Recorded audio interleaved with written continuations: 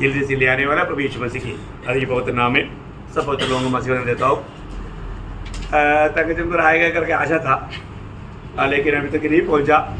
लेकिन हमारा समय बहुत मूल्यवान है, हमें समय को सही रीति में इस्तेमाल करना बहुत बड़ी बात है।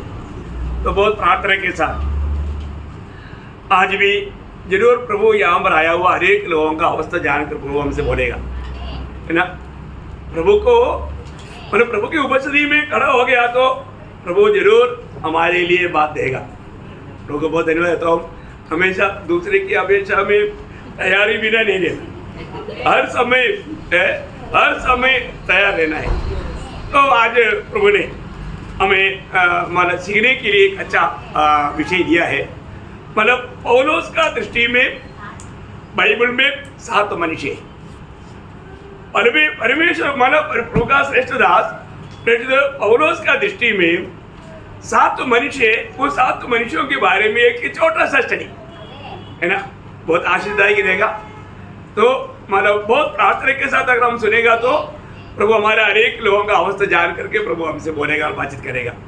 तो इसमें पहला मनुष्य, नाम ही पहला मनुष्य है ना, पहला मनुष्य नंबर 1 पहला मनुष्य है ना, आदम। पहला मनुष्य कौन है? आदम। पहला कोरिन्थी उसका 15 अध्याय का 45 वचन। ऐसा ही लिखा भी है कि प्रथम मनुष्य अर्थात आदम। प्रथम मनुष्य मैंने बोलेगा तो आदम प्रथम मनुष्य, पहला मनुष्य है ना, प्रथम मनुष्य नंबर 1 है ना, प्रथम मनुष्य आदम। देखा तो सबसे बड़ी बात क्या है कि ये मनुष्य के बारे में एक मनुष्य देखा। अभी हर एक बातों में मानो जैसा अभी यूहन्ना का सुसमाचार 12 अध्याय का 6 वचन में लिखा है, प्रभु की ओर से एक मनुष्य है क्या बोल परमेश्वर की ओर से उपस्थित हुआ। मतलब वो मनुष्य के बारे में अभी ये वो तो यूहन्ना ने मतलब यूहन्ना के सुसमाचार में बोला हुआ थे। अभी अपन मतलब पौलुस की मतलब दृष्टि में 7 मनुष्य में पहला मनुष्य है आदम। आदम में मतलब सारे मानव जाति है, सारा मानव पीढ़ी आदम में है। क्योंकि मतलब प्रेरितों का काम में लिखा है, प्रेरितों का काम उसका 17 अध्याय उसका 26 वचन। उसने एक ही मूल से मनुष्यों की सब जातियां सारी पृथ्वी पर रहने के लिए बनाई है। देखा, एक ही मूल से या पगले मनुष्य से है, उस प्रथम मनुष्य से मतलब सारी दुनिया में रहने के लिए परमेश्वर ने मनुष्य को बनाया है ना। इसका मतलब कहीं भी रहने दो, इन 5 भूखंडों में रहने वाला सभी लोग किसका संतान है? हाँ, ये एक ही मनुष्य का संतान है। आप देखिए, अगर आगे जाकर के थोड़ा सा सोचेगा तो मतलब जल प्रलय में बाकी सब खत्म हो गया था। इसका मतलब ये दुनिया में जितना भी पीढ़ी है वो किसका संतान है? हाँ, नोहा का संतान। नोहा का बोला तो हम शाम यावेद, ये 3 लोगों का संतान है। दुनिया भर का सारा लोग ये 3 मतलब लोगों का संतान है। आज का जो लोग है मतलब आदम से आगे आ गया तो, लेकिन जड़ जो है आदम है, जड़ जो है आदम है। तो ये बहुत बड़ी बात है हमारे जीवन में। मतलब आदम से ये बात का शुरू है। आदम मतलब आदम पहला मनुष्य में जो भी बात हुआ वो बात को हमें जानना है। पहला मनुष्य में से ये सारे बात हुआ। पहला मनुष्य से क्या क्या बात हुआ ये भी थोड़ा सोचने वाली बात है। पहला मनुष्य से पाप हुआ, पहला मनुष्य से पाप हुआ। जब बाइबल में रोमियो का पत्री उसका 5 अध्याय उसका 12 वचन, इसलिए जैसा एक मनुष्य के द्वारा पाप जगत में आया, पाप जगत में आया है। एक मनुष्य के द्वारा पाप जगत में आया। प्रेज़ लॉर्ड, बढ़िया है, स्तोत्र है, प्रेज़ लॉर्ड। एक मनुष्य के द्वारा पाप जगत में आया। देखो वो मनुष्य कौन है? आदम। देखिए प्रियो, अभी आदि मनुष्य, पगला मनुष्य के द्वारा अभी मतलब कैसे क्या हो गया ये बात को समझना कितना बड़ी बात है। एक मनुष्य के द्वारा सिर्फ पाप आया इतना है क्या? नहीं, वो वचन पूरा पढ़िए। पहला मतलब रोमियो उसका 5 अध्याय का 12 वचन। इसलिए जैसा एक मनुष्य के द्वारा पाप जगत में आया और पाप के द्वारा मृत्यु आई और इस रीति सब मनुष्य में फैल गई। देखा, एक मनुष्य के द्वारा पाप आया अभी उस मनुष्य की पाप के द्वारा मतलब मृत्यु आया और वो मृत्यु सारे मनुष्य में फैल गया। देखा इसका मतलब क्या है कि अभी एक ही मनुष्य या वो पगला मनुष्य इसके बीच में कोई नहीं, पहला मनुष्य। ये बात समझने के लिए यशायाह नबी की किताब उसकी 43 अध्याय का 27 वचन पढ़ना। यशायाह तेरा मूल पुरुष पापी हुआ। देखा तेरा मूल पुरुष पापी हुआ।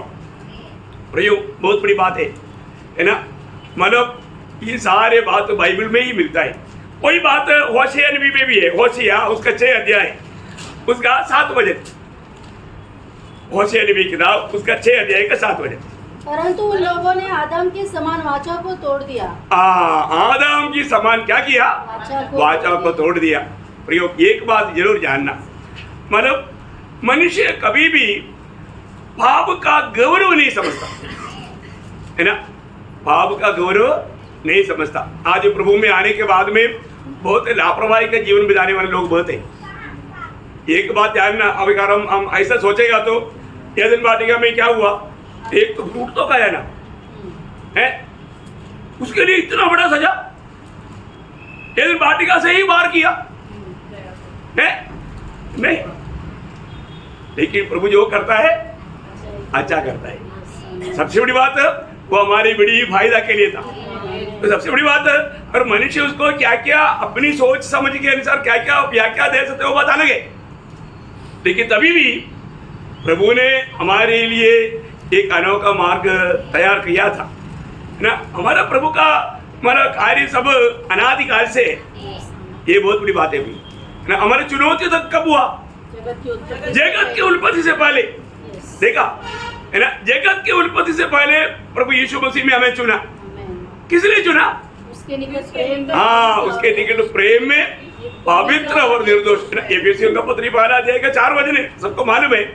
एक बहुत बड़ी बात है उसके निकट एक पवित्र और निर्दोष जीवन बिताने के लिए जगत की उत्पत्ति से पहले हमें मसीह यीशु में चुन लिया है ना। चुनौती पाया हुआ लोगों को ये जानना चाहिए प्रभु ने मुझको क्यों चुना है। एक पवित्र जीवन ये एक हल्का सा बात नहीं। हर एक लोगों को मतलब पवित्र जीवन बिताना ये एक हल्की सी बात है क्या है? ये कोई रुकस है क्या? नहीं प्रियो, हमें उसके लिए परिश्रम करना है। कैसे परिश्रम करना है? जब दूसरा कुरिन्दी उसका 7 अध्याय उसके 1 वचन। अतः हे प्रियो, जबकि ये प्रतिज्ञाएं हमें मिली है तो आओ हम अपने आप को शरीर और आत्मा की सब मलिनता से शुद्ध करें। देखा हम अपने आप को, देखा हमारा कर्तव्य है प्रियो, और वो भी कैसे? और परमेश्वर का भय रखते हुए पवित्रता को सिद्ध करें। देखा परमेश्वर का भय रखते हुए। ये बहुत बड़ी बात है हमारे जीवन में। आज प्रभु का भय रखते हुए पवित्रता को सिद्ध करना। अभी आदम पाप किया, आदम को पाप सब मनुष्य में फैल गया। एक मनुष्य के द्वारा मानव पाप और मृत्यु आया, एक मनुष्य के द्वारा उसके लिए छुटकारा का भी प्रबंध प्रभु ने किया। ये एक बड़ी बात है ना। एक शब्द मतलब प्रतिनिधि की बात वहां हम पढ़ता है 1 कुरिन्दी 15 अध्याय उसका 21-22 वचन। 1 कुरिन्दी 15 अध्याय का 21। मनुष्य के द्वारा क्योंकि जब मनुष्य के द्वारा मृत्यु आई, देखा जब मनुष्य के द्वारा मृत्यु आई तो मनुष्य ही के द्वारा मरे हुओं का पुनरुत्थान भी आया। देखा मनुष्य के द्वारा ही मरे हुओं का पुनरुत्थान भी आया। देखिए बहुत बड़ी बात है। मनुष्य के द्वारा मृत्यु आने के कारण मनुष्य के द्वारा ही परमेश्वर ने मतलब उस मृत्यु का छुटकारा का कार्य किया। और आगे, और जैसे आदम में सब मरते हैं, देखा आदम में सब मरते हैं, वैसे ही मसीह में सब जिलाए जाएंगे। हाँ ये बात है, सबसे बड़ी बात है ना। आज ये दुनिया में जो भी जन्म लेता है पगला मनुष्य में जन्म लेता है। कहाँ में जन्म लेता? पगला मनुष्य आदम में। लेकिन हमारा कर्तव्य क्या है? हमें प्रभु सुसमाचार सुनाता है, वो सुसमाचार पर विश्वास करने के द्वारा हमें आखिरी आदम, अंतिम आदम यीशु मसीह में हो जाना। यीशु मसीह में आ गया तो वो हमें मृत्यु का फिर डरने का सवाल नहीं। तो इसको मतलब पहला मनुष्य पहला आदम का बात था, पौलुस कहने वाला बात पहला आदम की बात था। दूसरा मनुष्य कौन है? जो प्रभु का दास कहने वाला दूसरा मनुष्य मतलब पहला कुरिन्थी उसका दूसरा अध्याय का 14 वचन। दूसरा मनुष्य परंतु शारीरिक मनुष्य, वो मनुष्य उसका बारे में लिखा है शारीरिक मनुष्य। इसका मतलब क्या है? मतलब वो व्यक्ति का मन फिरावट कभी हुआ ही नहीं। क्या नहीं हुआ? मन फिराव नहीं हुआ ना, मन फिराव नहीं हुआ मनुष्य के बारे में बोलता है शारीरिक मनुष्य, स्वाभाविक मनुष्य, शारीरिक मनुष्य। बहुत बड़ी बात है ना। एक व्यक्ति को मतलब मन फिरने का अर्थ एक प्रकार क्या है? मन फिरने का अर्थ, मन फिरने का अर्थ उसमें खास बात क्या है ना, स्वयं को त्यागना और प्रभु को स्वीकारना। इसको बोलता है ओरिजिनल मन फिराव। क्या है? स्वयं को त्यागना और यीशु मसीह को स्वीकारना। ऐसा हमारा प्रेरितों का काम 3 अध्याय को 19 वचन में लिखा है कि तुम मन फिर के प्रभु की ओर लौटाओ, मूडो। बहुत बड़ी बात है हमारे जीवन में। जो व्यक्ति मन नहीं फिरा वो व्यक्ति के बारे में यहाँ पर लिखा है स्वाभाविक मनुष्य। स्वाभाविक मनुष्य का बात क्या मालूम है? स्वाभाविक मनुष्य आत्मिक बातों को समझ नहीं सकता। ये बहुत बड़ी बात है। आज अगर हमें प्रभु की बातें समझ में आ रहा है तो प्रियो ये बहुत बड़ा प्रभु का कृपा है। प्रभु की आत्मा नहीं होता तो हमको ये बात समझना नहीं। क्योंकि उसका एक तो बड़ा सत्य उदाहरण क्या है? यीशु मसीह ने निकोदेमुस को नया जन्म के बारे में जब सिखाया था, निकोदेमुस एक साधारण व्यक्ति है क्या? नहीं, उपदेष्टा है ना। जब यूहन्ना का सुसमाचार 3 अध्याय का 10 वचन, यूहन्ना का यह सुनकर यीशु ने उससे कहा, तू इस्राएलियों का गुरु होकर भी, देखा, तू इस्राएल की गुरु होकर भी क्या इन बातों को नहीं समझता? देखा, प्रभु यीशु मसीह ने नया जन्म की बात कहा, गुरु होकर के भी उसको नहीं समझा। ये बहुत बड़ी बात है। मतलब जब तक एक व्यक्ति का नया जन्म नहीं होता वो आत्मिक बातों को कभी भी नहीं समझ सकता। इसको बोलते हैं स्वाभाविक मनुष्य। स्वाभाविक मनुष्य मतलब उसको पढ़ना लिखना आता है ना। वो एक एग्जाम्पल है ना। मतलब वो मरुस्थल में फिलिपोस गया था। हाँ, जब प्रेरितों का उसका 8 अध्याय उसका 30 और 31 वचन। फिलिप्पुस उसकी ओर दौड़ा और उसे यशायाह भविष्यवक्ता की पुस्तक पढ़ते हुए सुना। देखो, बाइबल पढ़ने वाला सब लोग बाइबल समझता है क्या? बाइबल पढ़ने वाले लोग ऐसे कितने लोग हैं प्रियो? वो बाइबल पढ़ता है पर तो कुछ भी समझता नहीं। अभी यहाँ पर मतलब यरूशलेम में आकर के प्रभु का आराधना करके वापस जाने वाला एक हो जा अभी हृदय में बैठ करके बाइबल पढ़ रहा है, यशायाह नबी की किताब पढ़ रहा है। लेकिन अभी देखो प्रभु का अनुग्रह देखो प्रियो, जो प्रभु को सचमुच में खोज करता है, ये इसका दिल का खोज था। प्रभु जानते हैं दिल। जब मतलब इसको खत्म नहीं करना, लेकिन जब यिर्मयाह 29 का 13 में प्रभु ने क्या बोला? यिर्मयाह 29 का 13,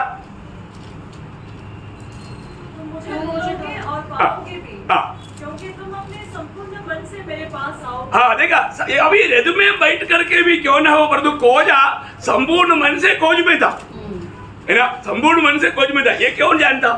प्रभु जानता। इसलिए प्रभु ने अपने दास फिलिप्पुस को भेजा।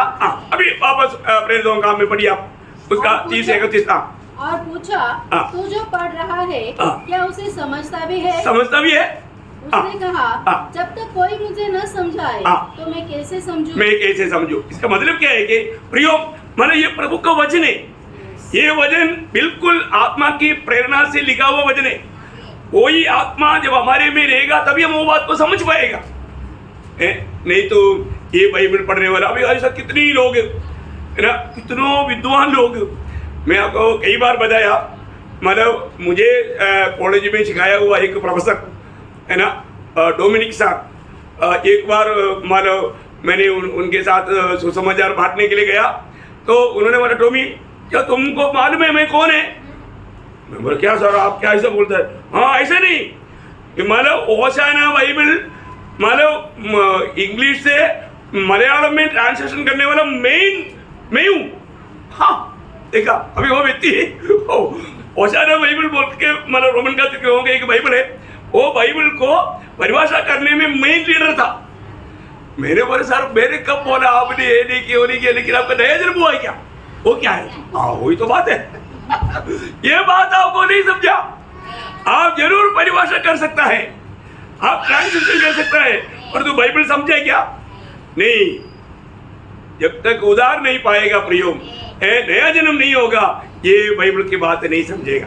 अभी वो खोजा बोलता है जब तक मुझे कोई नहीं समझाएगा तो फिर बैठ करके समझाया, समझाने के टाइम पर जरूर प्रभु की आत्मा ने कार्य किया, इसलिए खोजा उधार पाया। प्रयोग ये बहुत बड़ी बात है। मतलब जिसमें आत्मा नहीं उसको बोलता है स्वाभाविक मनुष्य, है ना। स्वाभाविक मनुष्य का एक खूबी यूदा का पत्री में 19 वचन में लिखा, स्वाभाविक मनुष्य का एक खूबी है ना, यूदा उसका 19 वचन। ये वे हैं जो फूट डालते हैं, ये शारीरिक लोग हैं जिनमें आत्मा नहीं। हाँ देखा, ऐसे लोग मंडली में भी रहता है, मंडली में भी ऐसे लोग रहेगा। ये बहुत खतरनाक बात है ना। उनका दुखी भी लिया लेकिन नया जन्म नहीं हुआ, क्या करें? फिर वो लोग बाइबल सुनते सुनते उनकी बातें में बहुत घुस जाता है और उसका ज्ञान बढ़ जाता, वो भूलता और वो गड़बड़ी करता। वो क्या बोलेगा? हमने भी बाइबल पढ़ा है 50 बार इतना बार पढ़ा है हमने भी, कहाँ पढ़ा? बुद्धि में। वो बाइबल कभी भी जीवन से नहीं गया, वचन जीवन से नहीं गया, जीवन बदला नहीं। कितना भयंकर बात है। आज भी ऐसे बहुत लोग हैं, वचन पढ़ता है और वो वचन जीवन में होकर के नहीं जाता। पक्का देखना प्रयोग, एक अगर आत्मा में होकर के नहीं पड़ेगा तो आपका बुद्धि से चले जाएगा और तो जीवन नहीं बदलेगा। बाइबल पढ़ने के समय में, बाइबल का वचन सुनने के समय में यदि जीवन नहीं बदलता, मैं आपको बोलता हूं आपने वो संगति में आकर के टाइम पास किया। क्योंकि ऐसा कोई व्यक्ति नहीं प्रभु की उपस्थिति में आने के बाद में प्रभु उस व्यक्ति से वचन से बात ना किया हो। मैं आपको एक प्यार से एक बात पूछूं, सच में आप मुझे नहीं बताना, आप प्रभु को बताओ कब प्रभु का वचन सुनने के टाइम पर प्रभु हमें कई बात कहा था हमारे जीवन में सुधार लाने के लिए, सुधार लाया क्या? शायद डेयरी में लिखा होगा ना, लेकिन सुधरा नहीं। बहुत लोग आत्मिक जीवन में क्यों नहीं बढ़ पाता? क्योंकि जो प्रभु बदलने के लिए बोलते हैं बदलता नहीं। बात नहीं मालूम है, ऐसे नहीं, बात मालूम लेकिन सुधरता ही नहीं। जो सुधरने के लिए बोला वो सुधरा नहीं। प्रियो, ऐसा आप वचन सुनते रहेगा तो जरूर अपने आप को धोखा देने वाला बनेगा। तो स्वाभाविक मनुष्य को इसका कोई भी इफेक्ट नहीं होता। ये एक बहुत बड़ी बात है। अभी तीसरा मनुष्य, प्रभु का श्रेष्ठ दास का तीसरा मनुष्य वो कौन है? मन में वो है नया सृष्टि। तीसरा मनुष्य कौन है? एक नया सृष्टि या नया उत्पत्ति। आपको सबको मालूम है कि उसको बोलते हैं उदार पाया हुआ व्यक्ति, है ना। जब दूसरा कोरिन्थी 5 अध्याय का 17 वचन, ये तो सब साधारण बात है, सबको बड़ी आराम से समझ में आएगा। इसलिए यदि कोई मसीह में है तो वह नई सृष्टि है, वो नया सृष्टि है, पुरानी बातें बीत गई है, देखो सब बातें नई हो गई। देखा, अभी प्रेरित पौलुस का भाषा में तीसरा मनुष्य है, एक नया जन्म पाया हुआ, एक नया सृष्टि या उदार पाया हुआ एक नया सृष्टि या पाप क्षमा पाया हुआ एक नया सृष्टि। बहुत बड़ी बात है ना प्रियो। ये मनुष्य का खूबी क्या है? ये मनुष्य के पास अनंत जीवन है। क्या है? अनंत जीवन है। वो अनंत जीवन पाने नहीं जा रहा है, अनंत जीवन पाया। यूहन्ना का सुसमाचार 5 अध्याय का 24 वचन।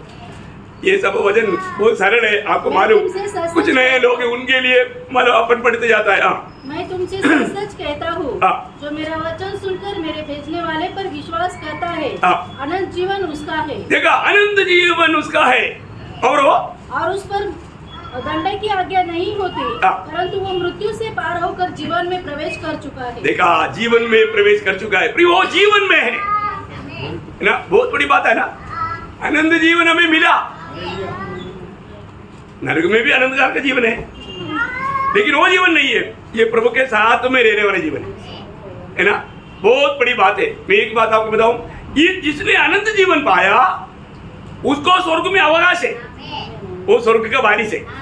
स्वर्ग में अवकाश के लिए वो नया जन्म दिया है ना। पहला पत्रोस उसका पहला अध्याय उसका 4-5 वचन। पहला पत्रोस पहला अध्याय का 4-5 वचन। 3 का लास्ट से आप 3 से ही पढ़ लो।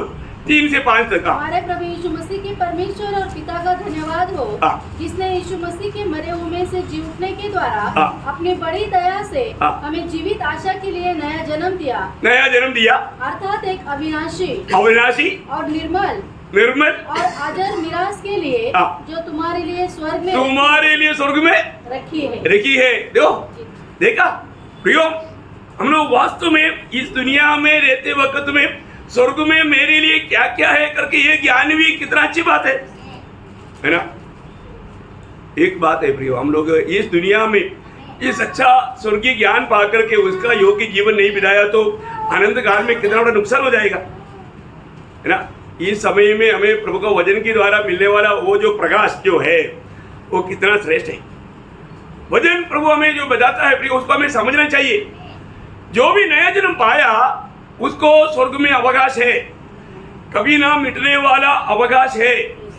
कितने बड़ी बड़ी बातें हैं प्रियो, है ना, हमारे लिए, है ना। जब हमें आज हम दुनिया में रहते हैं तो हमारा नागरिक का काम रहे, स्वर्ग का नागरिक है, हम स्वर्ग का नागरिक है। ये जानकारी तक हमारे लिए कितना श्रेष्ठ बात है ना। हम स्वर्ग का नागरिक है, हमारे लिए स्वर्ग में बहुत बड़े बड़े बात हमारे लिए तैयार करके रखा है। इतना ही नहीं, मतलब जब से नया जन्म पाया तब से हमने मसीह को पहना हुआ है ना। ये भी एक बड़ी बात है। उधार पाया हुआ सब लोगों ने किसको पहना, है ना। गलातियों का पत्र उसका 3 अध्याय उसका 27 और 28 हो जाता है।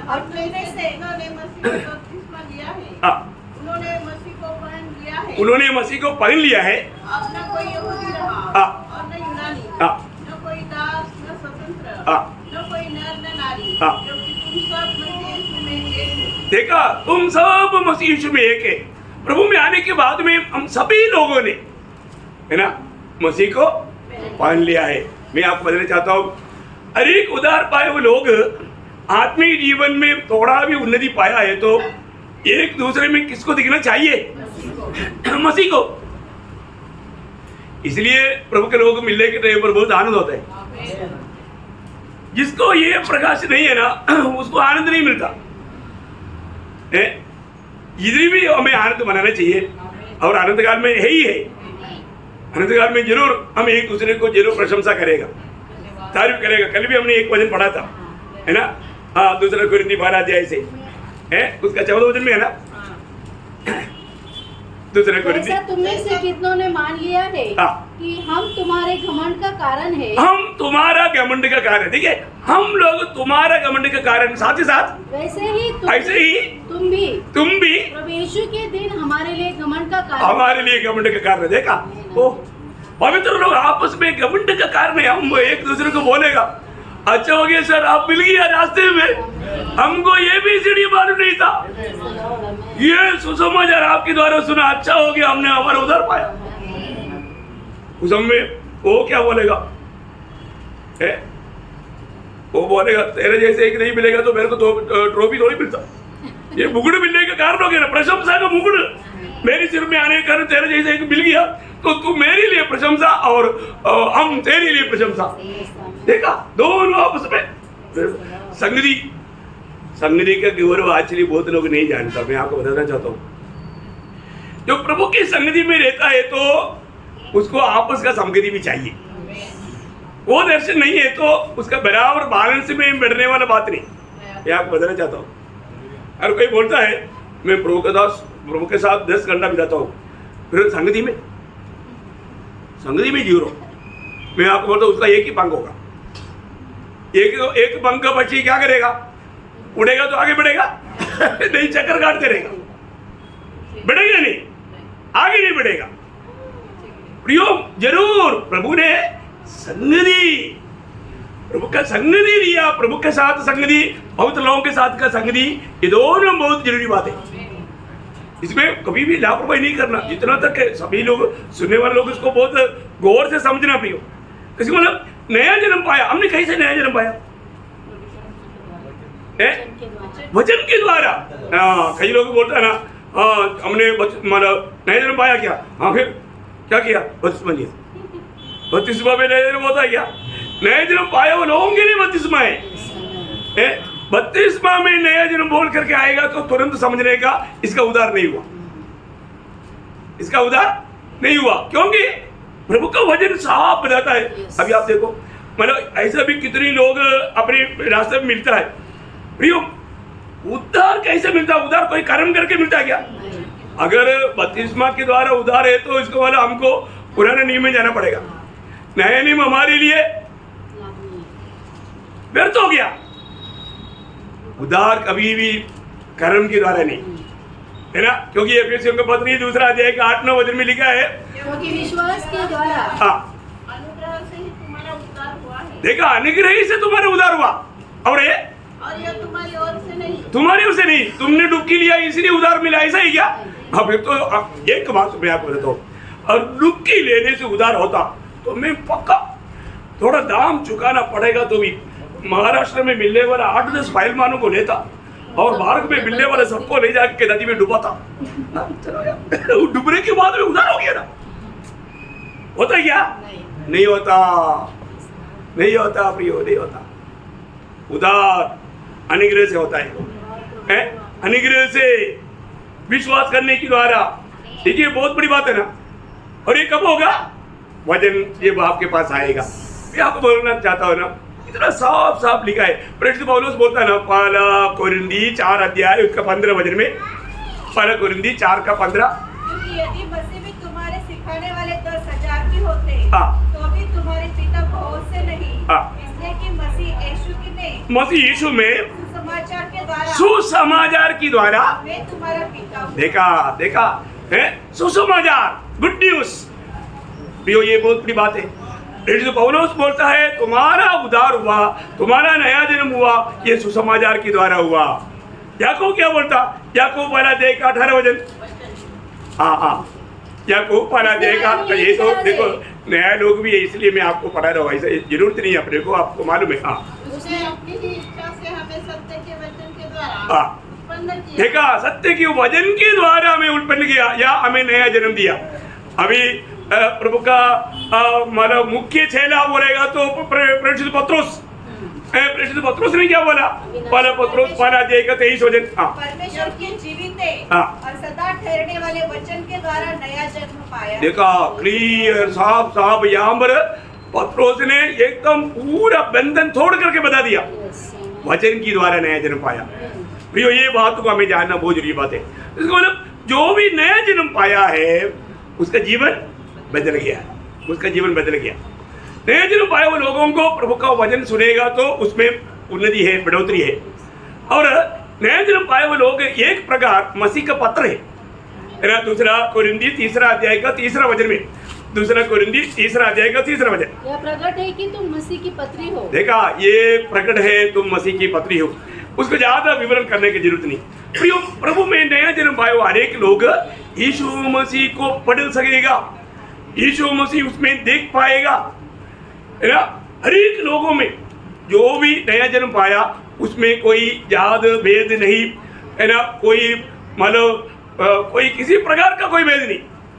कोलोसियों के पत्री में ऐसा एक सुंदर वर्णन है, कोलोसियों 3 अध्याय उसका 10-11 वचन, और नया मनुष्यत्व को पहन लिया है, नया मनुष्यत्व को पहन लिया है, जो अपने सृजनहार के स्वरूप के अनुसार ज्ञान प्राप्त करने के लिए नया बनता जाता है।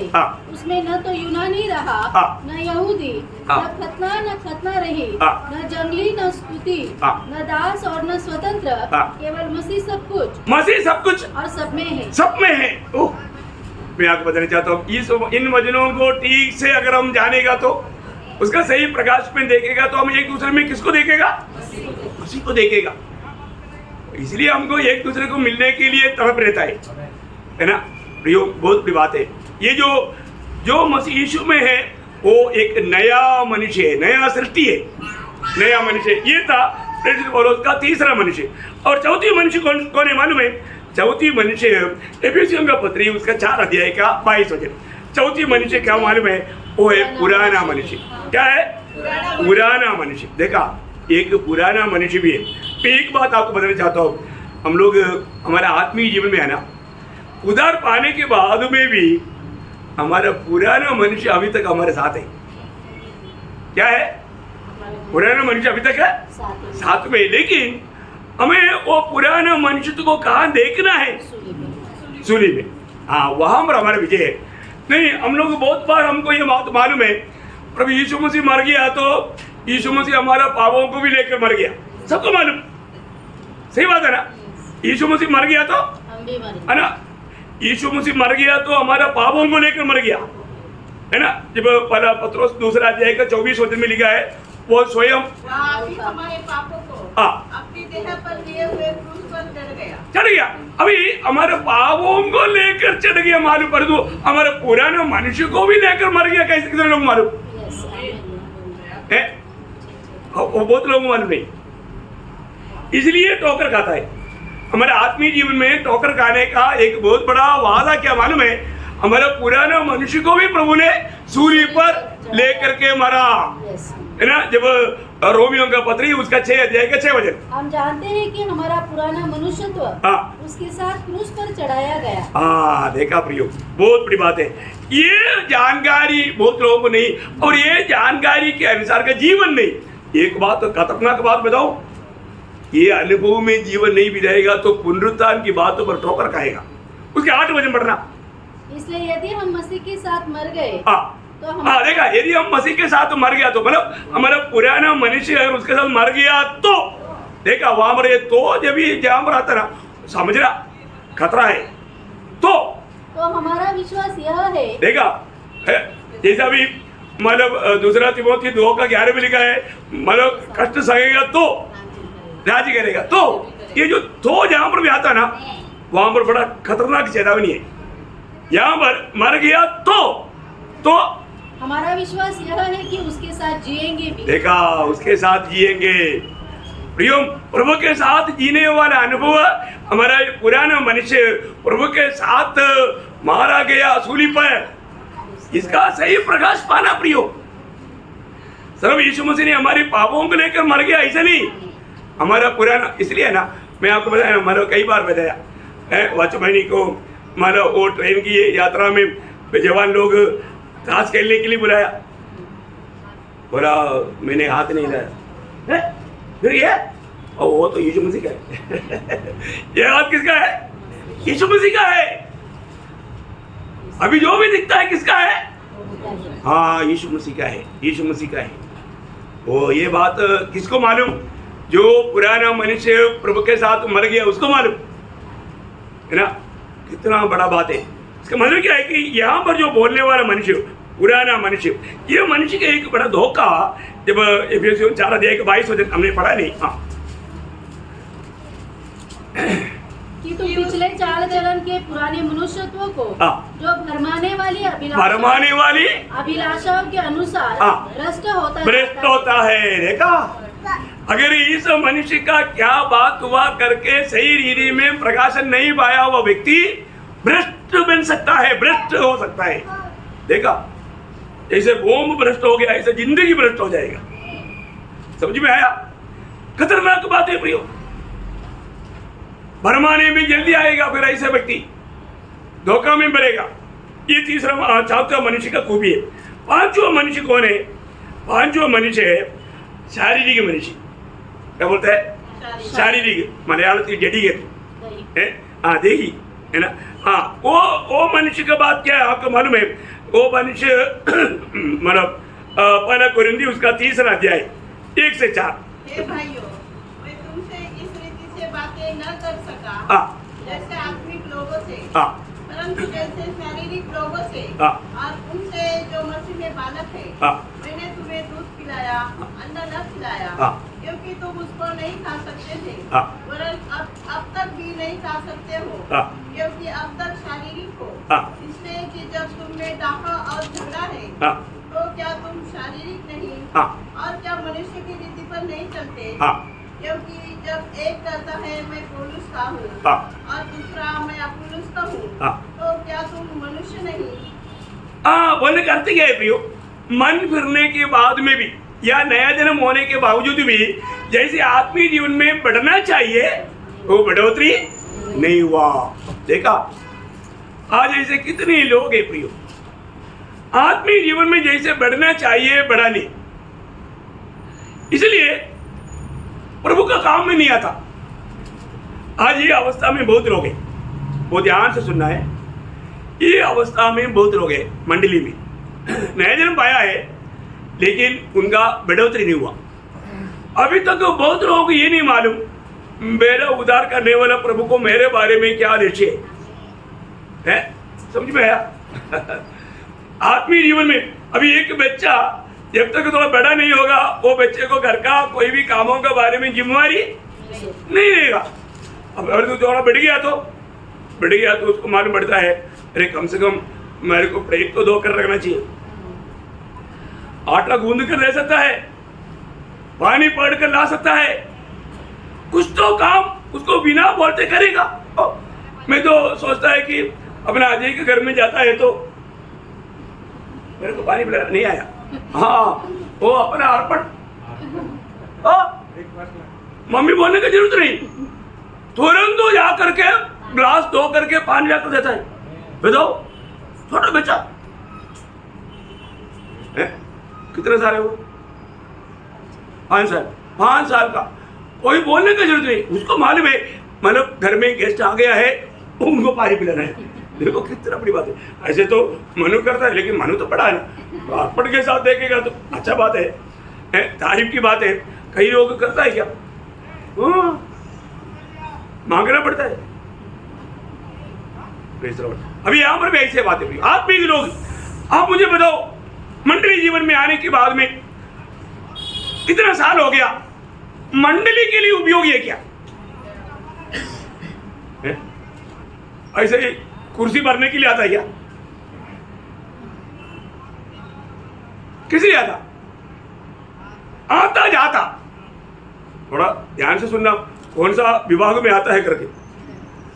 मैं प्रभु का दास जो वर्णन कर रहा है इसमें कौन सा अभी ये 5 बातें, कौन सा शारीरिक, क्या बोलते हैं इसको,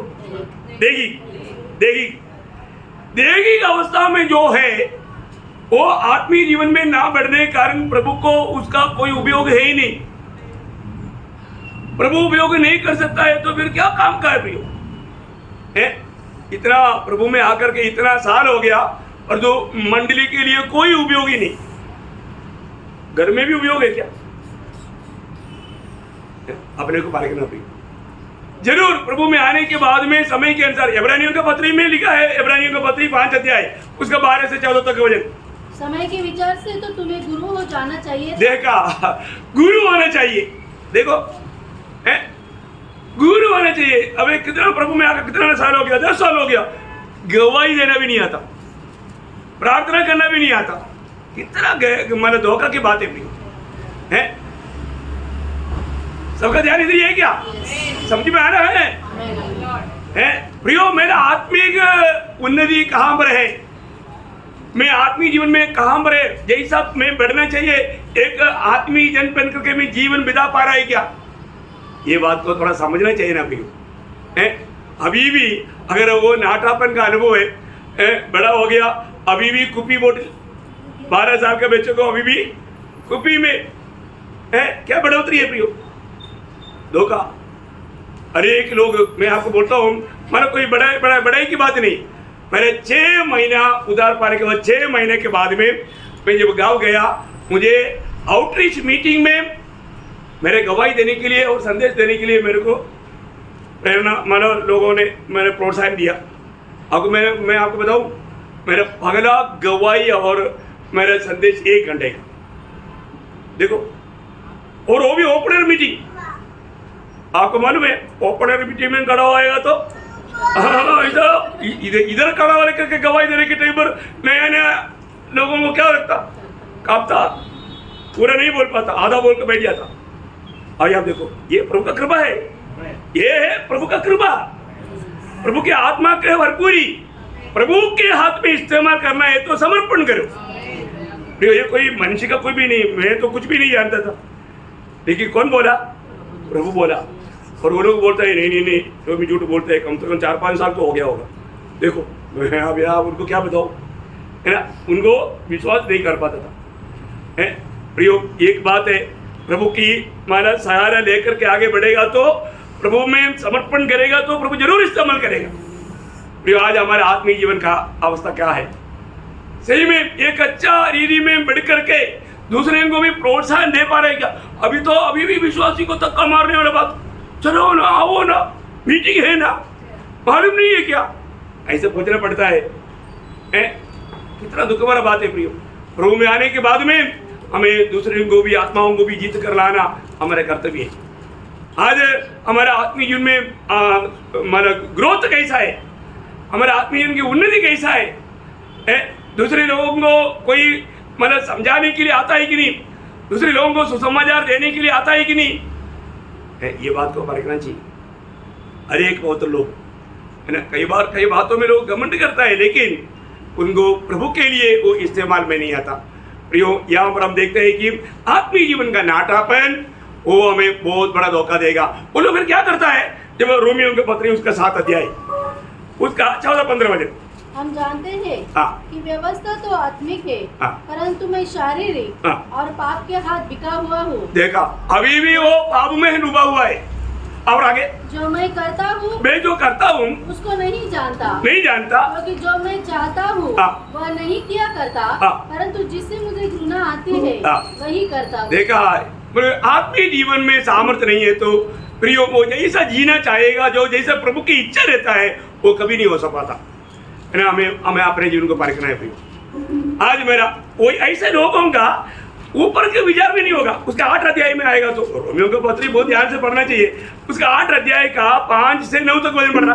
क्योंकि शारीरिक व्यक्ति शरीर की बातों पर मन लगाते हैं। देखा, उसको सही प्रकार बोलेगा तो पढ़ा हुआ वचन को मनन करने के लिए भी नहीं होता, वो भूल जाता, फिर वो शारीरिक बातों पर भूलता।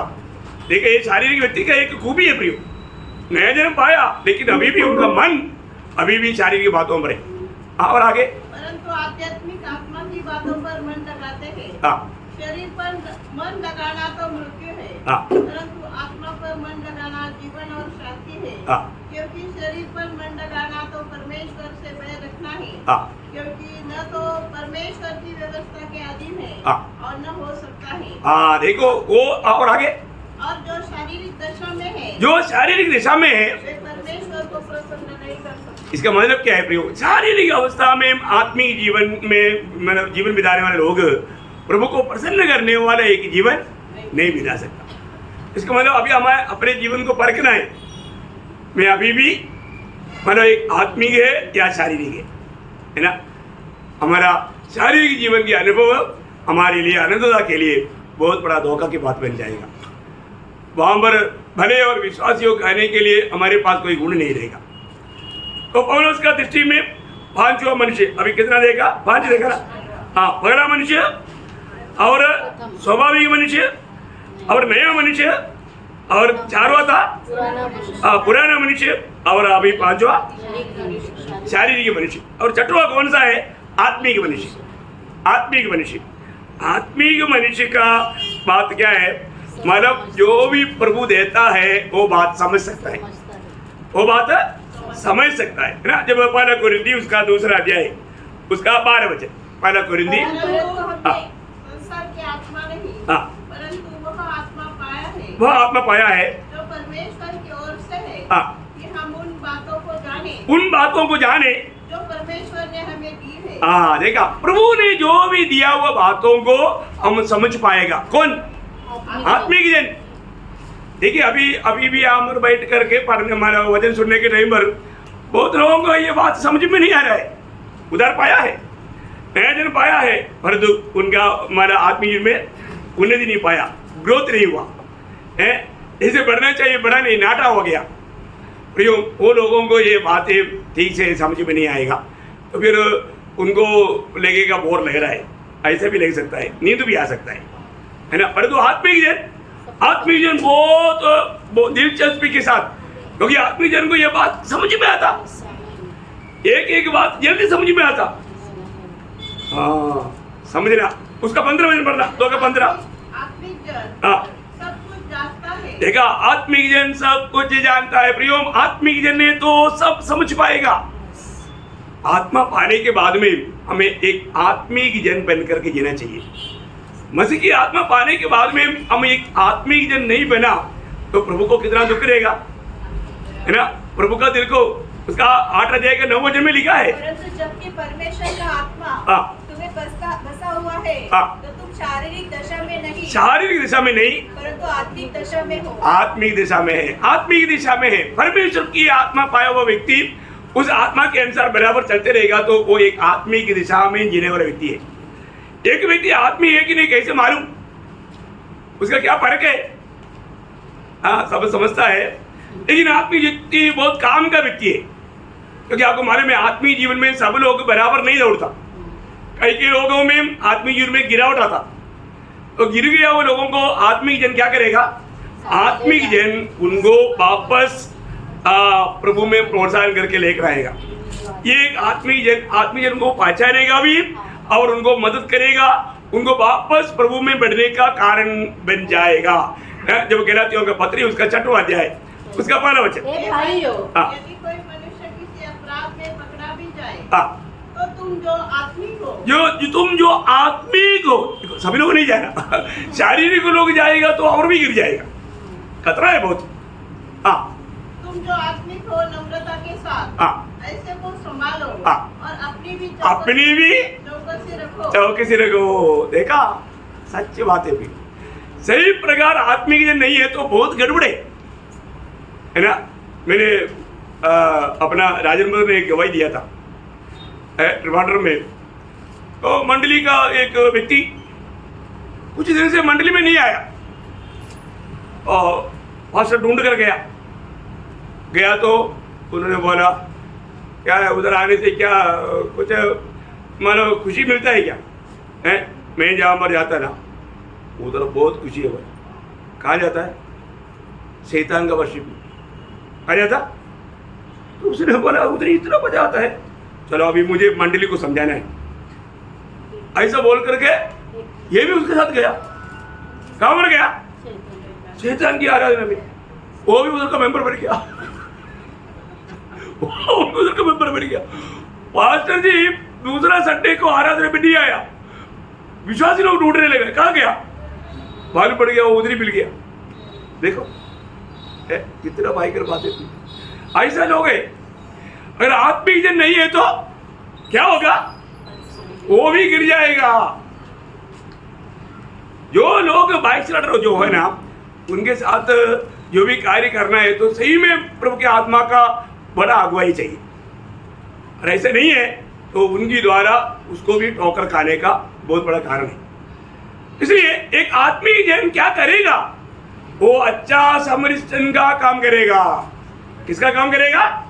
आत्मिक जन। लूका का सुसमाचार में यीशु मसीह ने वो पड़ोसी के बारे में मानो पूछा, उसको जवाब देते हुए कहा, उस समय में वो अच्छा सामरिया का व्यक्ति के बारे में गवाही दिया ना, हाँ वो काम करेगा। लूका उसका 10 अध्याय उसका 33-34। परंतु एक समरिष्ट यात्री वहाँ आ निकला और उसने देखकर तरस खाया।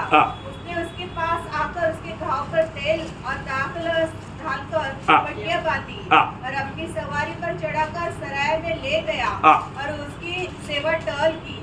दूसरे दिन उसने 2 दिनार निकालकर सराय के मालिक को दिए और कहा इसकी सेवा टहल कर। बस बोलने का अर्थ क्या है प्रियो? जिसको जरूरत है उस जरूरतमंद लोगों को मदद करने के लिए एक आत्मिक जन हमेशा तैयार रहेगा। बहुत बड़ी बात है प्रियो। एक आत्मिक जन बन करके जीवन बिताना कितना अच्छी बात है। उधार पाया हुआ हर एक लोग सबके लिए काम में आना चाहिए प्रियो। हमारा आत्मिक लेवल आज कहाँ पर है? आपको मालूम है जब फिलेमोन का पत्री में एक व्यक्ति का गवाही है, ओनेसिमुस बोल के गुलाम का, आपको याद है ना? जब प्रेरित पौलुस के साथ वो जेल में था, उनकी द्वारा मानव इस गुलाम व्यक्ति प्रभु का वचन सुना, उधार पाया। उधार पाने के बाद में ये जो फिलेमोन जो है उनका घर में एक अच्छा मंडली है। फिलेमोन मानव पौलुस के द्वारा प्रभु में आया हुआ एक अच्छा भक्त है और उनका स्वभाव उनको मालूम। इसलिए चाहे तो फिलेमोन की जगह पर ओनेसिमुस को अपने पास पौलुस रखने में उसको कम्प्लेन नहीं, लेकिन उसकी स्वभाव का श्रेष्ठता के कारण पौलुस ने एक लेटर दे करके ओनेसिमुस को उसके पास भेजा। वहाँ पर एक शब्द कहता है, वो बहुत अनमोल है, उसका फिलेमोन का पत्री उसका 11 वचन पढ़ना। वह तो पहले तेरे कुछ काम का देखा भगले पगले कुछ काम का नहीं था, तेरा कुछ काम में नहीं आता था, तेरे लिए नुकसान करने वाला था। लेकिन अभी पर अब तेरे हाँ, अभी तेरे और मेरे देखा, के बड़े काम यह आत्मिक लोगों का खूबी तेरे और मेरे काम का है। प्रियो, एक आत्मीय जन है तो वो मंडली के लिए काम का है, घर के लिए काम का है, ऑफिस के लिए काम का है, ध्यान पर भी जाएगा, सब जगह पर काम का है। वो आत्मीय जन का खूबी। तो मैं आत्मीय जन है कि नहीं, कहीं भी जाता है तो मैं उनके लिए एक आशीष का पात्र बनता है कि नहीं, ये बात को देखना। ये था पौलुस का 6वां मनुष्य। अब आखिरी एक 7वां मनुष्य है। वो 7वां मनुष्य आपको मालूम है कौन है? वो आखिरी आदम है, आखिरी आदम है ना। जब वही पहला कुरिन्थी उसका 15 अध्याय का 47 वचन। प्रथम मनुष्य धरती से, प्रथम मनुष्य धरती से अर्थात मिट्टी का था। दूसरा मनुष्य स्वर्गीय है। दूसरा मनुष्य लिखा, लेकिन अब उसका 45 का बी पार्ट भरना। और अंतिम आदम देखा है, ये दूसरा मनुष्य कौन है? अंतिम आदम, जो हमने इससे पहले भी पहला आदम के बारे में पढ़ा, उधरी अंतिम आदम के बारे में भी लिखा है। प्रियो, ये बहुत बड़ी बात है ना। पहला आदम से आया हुआ हर एक कमियों को दूर करके मानव जाति को पूर्ण रूप में स्वर्ग का वारिस बनाने के लिए अंतिम आदम ये दुनिया में आया, और हमारे लिए जो कुछ जरूरत है, मतलब पहला आदम का हर को मिटा डाला। क्या किया? हर एक हर को मिटा डाला। फायदा किसको है? विश्वास करने वालों को, है ना। फायदा सिर्फ विश्वास करने वालों को। ये बहुत बड़ी बात है प्रियो। आज जिनको भी प्रभु का वचन में विश्वास करके, प्रभु यीशु मसीह पर विश्वास करके उद्धार पाने के लिए मौका मिला, कितने धन्य लोग हैं। और कितने लोगों को सुनाता है तो बहुत लोग विश्वास नहीं करता। लेकिन प्रभु का वचन में एक खास बात वहां पर लिखा है, मतलब क्या है उसका 49 वचन वापस पढ़ना, मतलब 15 अध्याय का 49। और जैसे हमने उसका रूप धारण किया। देखिए, हमने पहला आदम का रूप धारण किया, क्योंकि हम लोग जब भी ये दुनिया में जन्म लिया कैसे था? पहला आदम का रूप था, है ना। यूहन्ना 3:6 में क्या बोला? जो शरीर से जन्मा वो शरीर है, जो शरीर से जन्मा वो शरीर है। वो पहले आदम की बात है। और जो आत्मा से जन्मा वो आत्मा है। आत्मा से जन्मा वो बात आखिरी आदम की बात है, आखिरी आदम की बात है। अब यहाँ पर बोलता है, वापस पढ़ना 49। और जैसे हमने उसका रूप धारण किया, जो मिट्टी का था। मिट्टी का था। देखो, हमने एक समय में जन्म के द्वारा मिट्टी का आदम का रूप धारण किया, वो लोग था। वो अभी हमारे लिए एक पुराना बात रह गया। अभी वैसे ही उस स्वर्गीय का रूप भी धारण करेंगे। अभी हम स्वर्ग का रूप धारण करेगा। क्यों करेगा? क्योंकि हमने यीशु मसीह को विश्वास किया, यीशु मसीह पर विश्वास किया। कितना धन्य बात है। आदम में जो भी खोया है, आखिरी आदम ने हमें वापस दे दिया पूरा। लेकिन ये बात पर हमें सच्चाई पर विश्वास करना चाहिए, है ना। कितना श्रेष्ठ बात है। आज हमें इस आखिरी आदम के द्वारा मिलने वाला बात क्या है? बहुत अनमोल बात है। एक दो बात मैं आपको जल्दी बताऊंगा। दूसरा, मानो इस आदम में या आखिरी आदम में आए हुआ लोगों का रोज का जीवन में काम होते रहेगा। तीसरा, मतलब दूसरा कुरिन्थी 3 अध्याय का 18 वचन, ये वचन वाला पवित्र लोगों को बहुत सरल रूप में समझता है। परंतु जब हम सबके उगाड़े चेहरे से प्रभु का प्रताप इस प्रकार प्रकट होता है, जिस प्रकार दर्पण में, तो प्रभु के द्वारा जो आत्मा है, हम उसी तेजस्वी रूप में अंश अंश करके बदलते जाते हैं। ये बात प्रियो, अगर हमारे जीवन में हमें रोज परखना है प्रियो, आपको मैं बताऊं, ये जो मन फ्राउड के बात में है ना, ढीला नहीं होना। मन फ्राउड में ढीला होगा तो समझने वाला टाइम बहुत कतरा होगा। आपको मालूम है, वो धनवान व्यक्ति, वो अब्राहम विधवा को बोलता है, थोड़ा लाश को पानी पीने वाला बात नहीं, मेरा भाइयों का घर में, मेरे पिताजी के घर में थोड़ा भेजो। क्योंकि है ना, वो लोग लाशर जाकर के गवाही देगा तो वहां पर एक प्रयोग है, मन फिरेगा। क्या बोलता है? लाजर का गवाही सुनेगा तो मन फिरेगा बोलता है। फिरेगा क्या? ये वचन सुनकर के जो मन नहीं फिरता, लाजर जाकर बोलेगा तो कहाँ मन फिरेगा? कभी नहीं फिर सकता। इसलिए वहां पर अब्राहम पिता ने कहा है ना, क्या बोला? अब्राहम ने उसे कहा, उनके पास तो मूसा और भविष्यवक्ताओं की पुस्तक है। बताओ, और उनके पास मूसा और भविष्यवक्ताओं की पुस्तक है, वे उनकी सुने। उनकी सुने।